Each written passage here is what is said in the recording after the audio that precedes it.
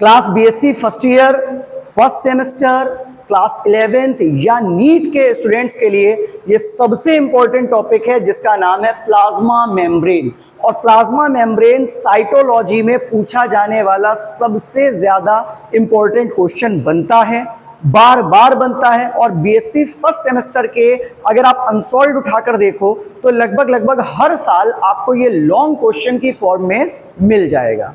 तो इस पूरे क्वेश्चन को डिटेल्ड स्टडी करेंगे अभी इस वीडियो में। अगर आप वीडियो में चैनल में नए हो तो पहले चैनल को सब्सक्राइब कर लो। जूलॉजी का बीएससी फर्स्ट सेमेस्टर का सिलेबस अगर अभी तक आपने नहीं देखा हो तो जाकर प्रीवियस वीडियो में देख लो। फिर इसके बाद में हम लोग सारी चीज़ों को कंटिन्यू करेंगे तो आपको समझने में बहुत आसानी हो सकती है। तो ये यूनिट फर्स्ट में आने वाला टॉपिक है जिसका नाम है प्लाज्मा मेम्ब्रेन। मेरा नाम है दानियाल और शुरू करते हैं हम लोग अपने इस टॉपिक को। शुरू करें भाई। देखो इधर यहाँ पर सबसे पहले जो प्लाज्मा मेम्ब्रेन है वो लॉन्ग क्वेश्चन की फॉर्म में हम लोग से सिंपल पूछा जाता है। अब प्लाज्मा मेम्ब्रेन कहाँ से आया, क्या है प्लाज्मा मेम्ब्रेन, क्यों है प्लाज्मा मेम्ब्रेन, तो आपको एक सिंपल सी चीज याद रखनी है। जैसे सेल है, कोई भी सेल है, उस सेल के ऊपर जो आउटर कवरिंग है, किसी भी सेल के ऊपर जो आउटर कवरिंग है उसको हम लोग क्या बोलते हैं, उसको बोलते हैं प्लाज्मा मेम्ब्रेन। तो अभी यहाँ पर सारे नोट्स की फॉर्म में पीपीटी बना दी है। आप इन एक एक चीज़ को ध्यान से देखना, एक एक चीज़ को ध्यान से समझना, ध्यान से पढ़ना, तो आप बहुत आराम से इसको सॉल्व कर सकते हो और रिप्रेजेंट कर सकते हो। अगर कोई हिंदी मीडियम स्टूडेंट हो तो वो वीडियो को देखने के बाद में पूरी चीज़ को समझ लो, बाद में आप मैसेज करना, आपको ये सारा कंटेंट हिंदी में भी दे दिया जाएगा। तो अभी जो प्लाज्मा मेम्ब्रेन है उसमें हमें सबसे पहले याद रखना है the plasma membrane also called plasma cell membrane. जो प्लाज्मा मेम्ब्रेन है उसको सिंपली हम लोग सेल मेम्ब्रेन कहते हैं। इससे पहले एक वर्ड और याद रखना, वो यहाँ पर लिखना भूल गए हैं, फेफर साहब ने इसकी डिस्कवरी करी थी। जो प्लाज्मा मेम्ब्रेन है उसकी डिस्कवरी किसने करी थी, फेफर ने करी थी। या अगर बोले तो टर्म जो है प्लाज्मा मेम्ब्रेन, शब्द प्लाज्मा मेम्ब्रेन ये फेफर ने दिया था। तो इनका नाम आप याद रखना, ये यहाँ पर नोट करना भूल गए हैं तो इसको ध्यान रखना कि प्लाज्मा मेम्ब्रेन शब्द किसने दिया था, फेफर ने दिया था। Plasma membrane also called cell membrane. तो प्लाज्मा मेम्ब्रेन को सेल मेम्ब्रेन भी कहते हैं क्योंकि सेल की आउटर कवरिंग, जो सेल की बाहर की लेयर होती है वो कौन होती है, प्लाज्मा मेम्ब्रेन होती है, तो उसको सेल मेम्ब्रेन भी कह रहे हैं।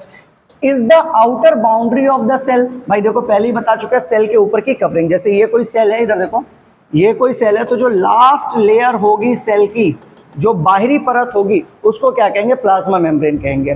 क्योंकि देखो जो अगर ये आउटर बाउंड्री क्यों बोल रहे हैं, क्योंकि यहाँ पर हम लोग ये जूलॉजी में एनिमल्स के लिए पढ़ रहे हैं। अगर यही चीज प्लांट्स के लिए होती तो आउटर मोस्ट लेयर होती cell wall. Outermost layer कौन होती प्लांट में, सेल वॉल होती। एनिमल्स में, जंतुओं की कोशिकाओं में सेल वॉल जैसा कुछ नहीं होता।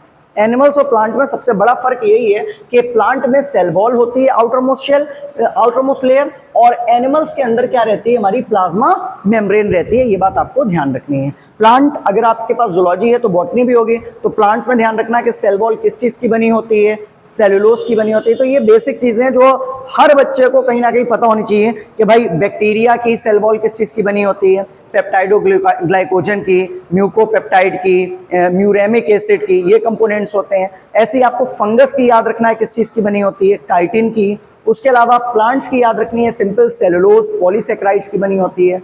और एनिमल किंगडम में सेल वॉल नहीं होती, और इसी के साथ साथ आपका जो प्रोटिस्टा है उसमें सेल वॉल नहीं होती। तो 2 किंगडम्स में सेल वॉल नहीं है और 3 किंगडम के अंदर आपकी सेल वॉल प्रेजेंट है। तो आपको ये सारी चीजों को बिल्कुल दिमाग में बसा लेना है।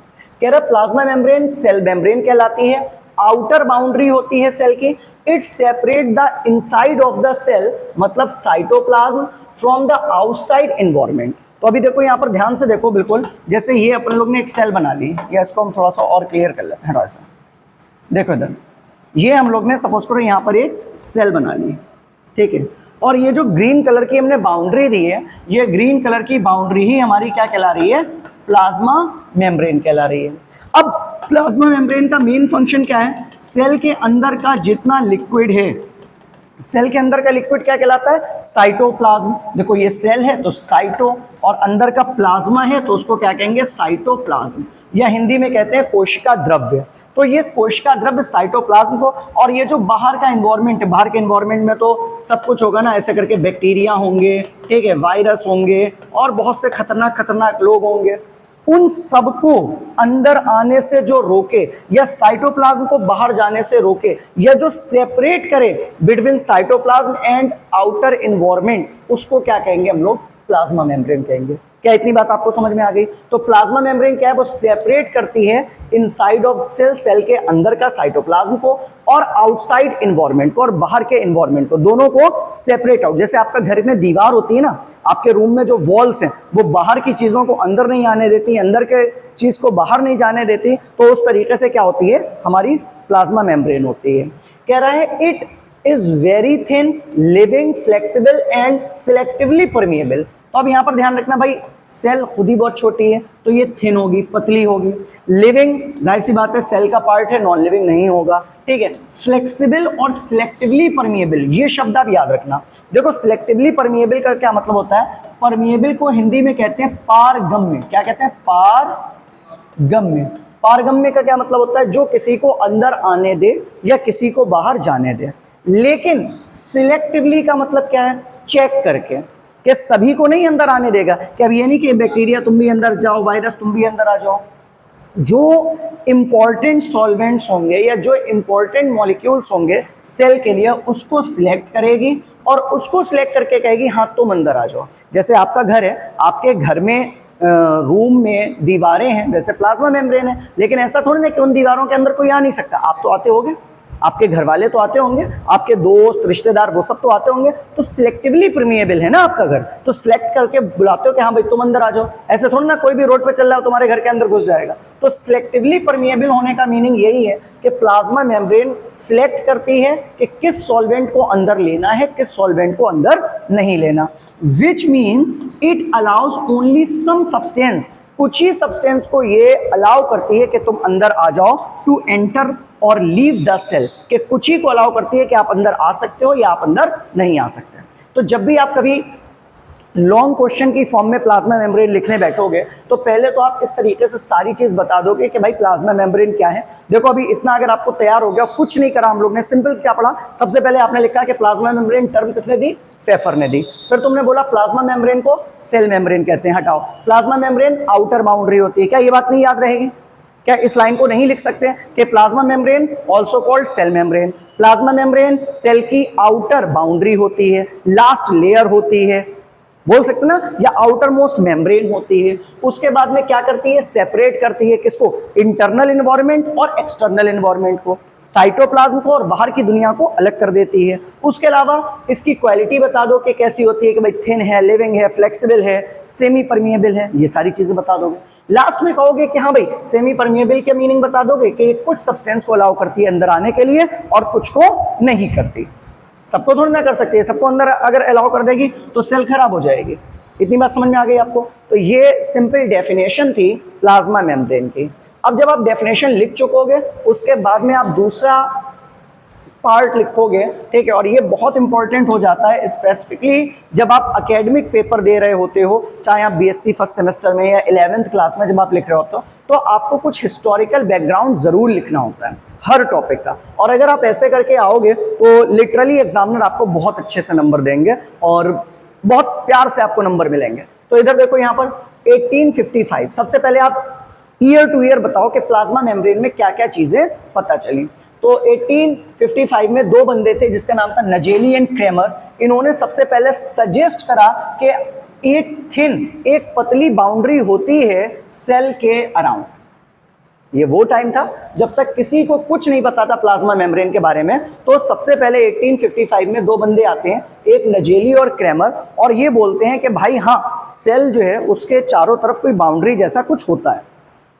इनको नहीं पता क्या होता था, इनको नहीं पता ये प्लाज्मा मेम्ब्रेन है, इवन टर्म भी इन्हें नहीं पता थी कि प्लाज्मा मेम्ब्रेन ही है। लेकिन हाँ इन्होंने बता दिया कि सेल के चारों तरफ, जैसे ये सेल है तो इसके चारों तरफ कुछ तो है, कोई तो बाउंड्री है।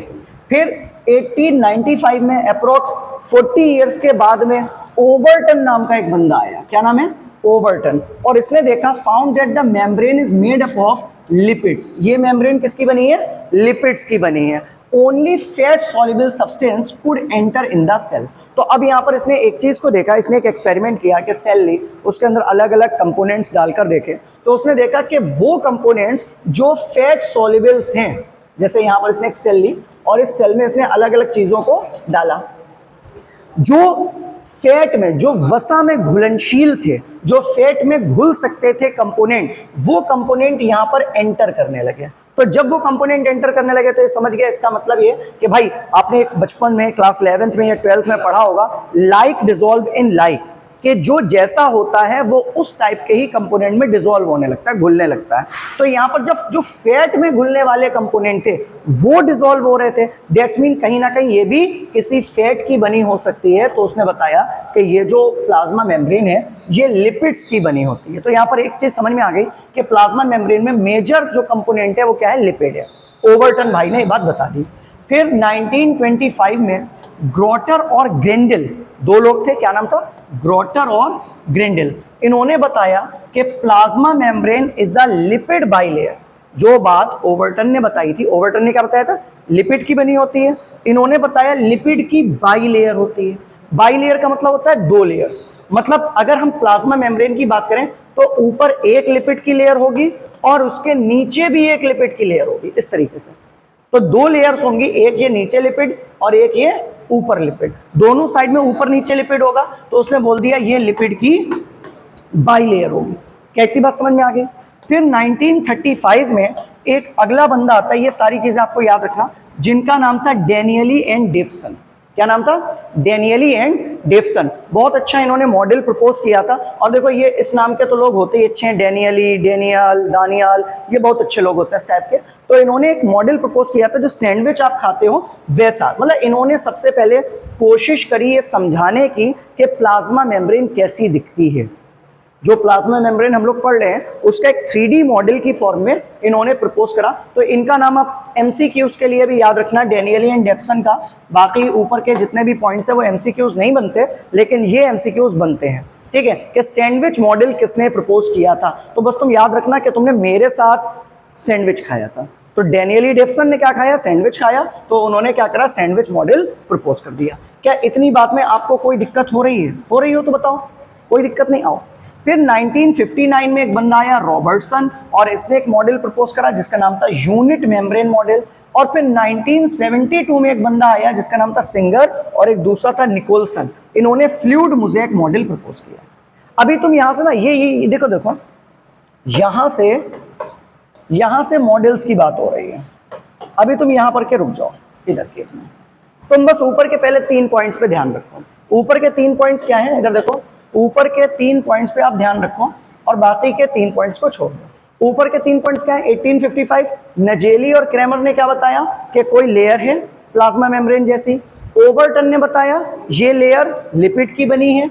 ग्रोटर ग्रेंडल ने बताया ये लिपिड की बाइलेयर है। फिर इसके बाद 3 मॉडल याद रखने हैं, एक डेनियली डेफसन का सबसे पहला सैंडविच मॉडल, फिर यूनिट मेम्ब्रेन मॉडल, और फिर तुम्हारा फ्लूइड मोज़ेक मॉडल। 3 मॉडल है, ठीक है। क्या थे मॉडल, क्या बताया गया इन मॉडल्स में, वो भी हम लोग आगे पढ़ेंगे। चलिए अब देखो यहां पर ये चीज तुम्हें बिल्कुल याद रखनी है। हो सकता है एग्जाम में तुमसे ये 2 मार्क्स में पूछ लिया जाए अलग से। ये भी हो सकता है कि 2 नंबर में तुम्हें केमिकल कॉम्पोजिशन पूछ ली जाए प्लाज्मा मेम्ब्रेन की, प्लाज्मा मेम्ब्रेन किस किस चीज की बनी है। तो अभी तुम्हें सिंपल याद रखना है, इधर देखो मेरे साथ, ये प्लाज्मा मेम्ब्रेन जो है इसमें 3 कंपोनेंट्स होते हैं। कितने कंपोनेंट्स होते हैं, 3 मेन कंपोनेंट्स होते हैं। एक तो होता है इसमें लिपिड्स, जो ओवरटन ने भी पीछे बात कही थी कि इसमें मेन फैट सॉल्युबल है तो लिपिड्स होंगे। दूसरी चीज इसमें होगा प्रोटीन, और तीसरा सबसे इंपॉर्टेंट जो बहुत बाद में डिस्कवर हुआ, कार्बोहाइड्रेट्स। मतलब किसी प्लाज्मा मेम्ब्रेन में 3 पार्ट्स प्रेजेंट होंगे, पहला लिपिड होगा, प्रोटीन होगा और कार्बोहाइड्रेट्स होंगे, जिसको जिम बॉयज बोलते हैं कार्ब्स, यू नो कार्ब्स। तो वो कार्बोहाइड्रेट यहां पर प्रेजेंट होंगे। तो अभी पहला देखो लिपिड्स, परसेंटेज याद रखिएगा 20 to 40%। अब देखो ये बहुत छोटा छोटा करके मैंने लिख दिया है, आप इसको और एक्सप्लेन कर सकते हो कि the major component is lipid and it is about 20 to 40%। इस तरीके से आप उसको एक्सप्लेन कर सकते हो। कौन कौन से लिपिड्स में? Phospholipids, cholesterol, glycolipids, amphipathic hydrophilic head और हाइड्रोफोबिक टेल। क्या मतलब हुआ इसका? देखो पहले तो यहाँ पर लिपिड्स हैं जो कि 20 से 40% है, ये तो दिमाग में बसा लो। लिपिड्स में क्या क्या है? फॉस्फोलिपिड्स है, कोलेस्ट्रॉल है और ग्लाइकोलिपिड्स हैं। कौन कौन से लिपिड्स? कौन कौन से लिपिड्स? लिपिड्स में 3 पार्ट्स। कौन कौन से आपके? एक तो फॉस्फोलिपिड्स जो फॉस्फेट्स के बने होंगे, दूसरे ग्लाइकोलिपिड्स जिसमें आप कार्बोहाइड्रेट्स वगैरह ऐड होंगे, और साथ में आपके कोलेस्ट्रॉल। तो ये 3 चीजें यहाँ पर साथ में आपको मिलेंगी। इन 3 चीजों में अब यहाँ पर याद रखना ये एम्फीपैथिक होते हैं। एम्फीपैथिक होने का क्या मीनिंग होता है भाई? ध्यान से देखो, कोई भी चीज जिसको एम्फीपैथिक बोला जाए उसका स्ट्रक्चर इस तरीके से हम लोग बना रहे हैं, ठीक। तो यहाँ पर एक तो ये हेड होगा, ये तो हो गया हेड, ठीक, और एक ऐसे ये टेल फॉर्म में होगा। जो लिपिड की बाइलेयर होगी उसका जो एक एक यूनिट होगा उसमें ऐसे ऊपर एक हेड और नीचे क्या होगी? टेल होगी। तो जो हेड है वो हाइड्रोफिलिक है। कैसा है टेल? Sorry head hydrophilic. इस वर्ड को बहुत याद रखना। देखो भाई लैटिन वर्ड्स हैं। हाइड्रो का मीनिंग होता है वाटर, हाइड्रो मीन्स वाटर, यहां पर लिख दे रहे हैं हाइड्रो प्लस फिलिक, दिख रहा है सबको?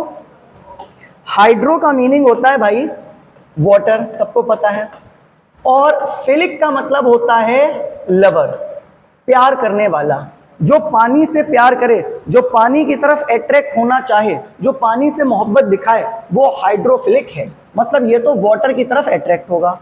दूसरा हाइड्रोफोबिक टेल, जो टेल है उसमें हाइड्रो का मीनिंग अभी आपको पता चल गया H2O, और फोबिक का मतलब होता है फोबिया। फोबिया मीन्स किसी से दूर भागना, नफरत करना, या हिंदी में बोले तो हेट करना, हेटर होना। तो जो हाइड्रोफोबिक है टेल कैसी है? वो पानी से दूर भागने की कोशिश करेगी। मतलब जो हेड है वो पानी की तरफ अट्रैक्ट होता है, जो टेल है वो पानी से दूर भागती है। ये नेचर होता है किसका? हमारे लिपिड्स का। क्या इतनी बात समझ में आ गई? फिर से बोलो, लिपिड्स 20 से 40%। लिपिड के अंदर 3 चीजें, फॉस्फोलिपिड, ग्लाइकोलिपिड, कोलेस्ट्रॉल। लिपिड के अंदर एम्फीपैथिक नेचर, मतलब उसके अंदर 2 तरीके होंगे, एम्फी मतलब बोथ, दोनों। तो एक तो हेड और एक टेल। जो हेड होगा वो पानी से प्यार करेगा, जो टेल होगा वो पानी से दूर भागेगी। क्लियर? सेकेंड जो इसके अंदर कंपोनेंट है वो कौन सा कंपोनेंट है? इधर देखो, यहाँ नीचे लिख भी दिया है अलग से। कौन है वो? प्रोटीन। तो प्रोटीन कितना होता है? 50 to 60%। प्रोटीन ज्यादा है। प्रोटीन्स यहाँ पर बेसिकली 2 टाइप के होते हैं। एक होते हैं इंटीग्रल प्रोटीन। इंटीग्रल मतलब जो अंदर के प्रोटीन्स होते हैं, ये एम्बेडेड होते हैं बाइलेयर में। बाइलेयर जो लिपिड की बाइलेयर है उसके अंदर धसे होते हैं, ठीक है। मे फॉर्म चैनल्स दूसरा कौन सा हो गया? Peripheral lipids attached on the surface. अब यहाँ पर लिपिड्स हमारे 2 टाइप के हो गए। देखो जरा, अगर यहाँ ऊपर थोड़ी सी जगह मिल जाए। लिपिड्स 2 टाइप के हो गए। देखो एक तो, सॉरी लिपिड्स नहीं, एक तो ये हमारी सपोज करो ये क्या है? Lipid bilayer. ये ग्रीन कलर से जो बनाया है ये लिपिड की बाइलेयर है। अब कुछ प्रोटीन जो कि अंदर की तरफ ऐसे करके पड़े होंगे, ठीक, और कुछ प्रोटीन्स होंगे जो ऐसे करके सरफेस के ऊपर होंगे लिपिड की।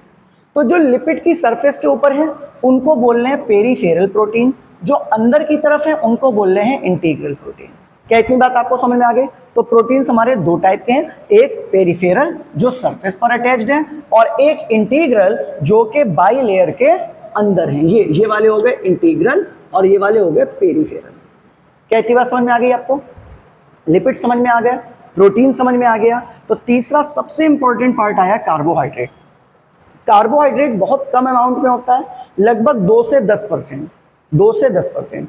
तो ये कार्बोहाइड्रेट जो होता है ग्लाइकोप्रोटीन की फॉर्म में होगा, ये ध्यान रखना है, या ग्लाइकोलिपिड्स की फॉर्म में होगा।